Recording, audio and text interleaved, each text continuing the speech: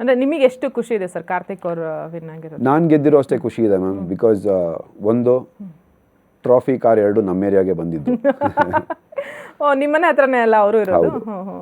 And ಇನ್ನೊಂದು ಪ್ರತಿ ಸಲಿನೂ ಅವನು ಮನೆ ಒಳಗೆ ಬಂದಿದ್ದ ದಿವಸದಿಂದ ನಾನು ಹೇಳಿದ್ದು ಒಂದು ಪ್ರಾಮಿಸ್ ವಾಸ್ ಮೇಡ್.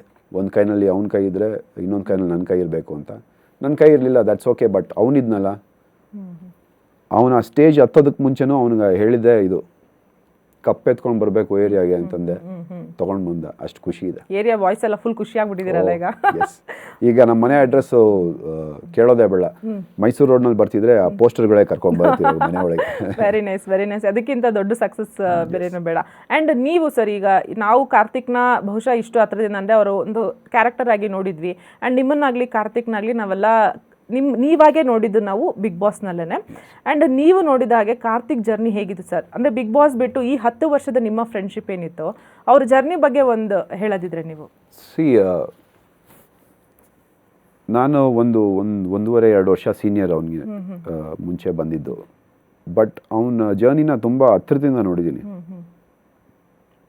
ಆರ್ಟಿಸ್ಟ್ ಆಗಿ ತುಂಬ ಕಷ್ಟಪಟ್ಟಿದ್ದಾನೆ ಅವನು.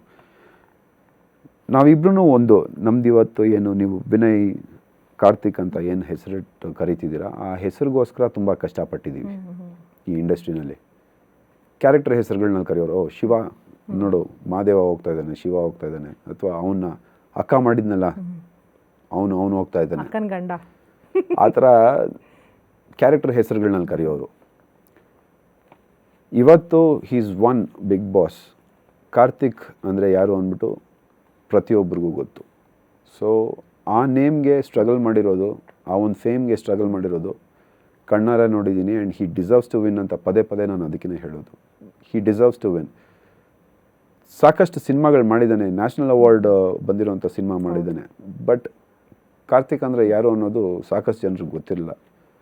ಬಿಗ್ ಬಾಸ್ ವೇದಿಕೆ ಅದನ್ನು, ಎಸ್, ಬಿಗ್ ಬಾಸ್ ವೇದಿಕೆ ಅದನ್ನು ಅವನಿಗೆ ಕಲ್ಪಿಸ್ಕೊಡ್ತು. And today he is where he deserves to be. ಅದು ಖುಷಿ ಇದೆ ನನಗೆ. ಓಕೆ.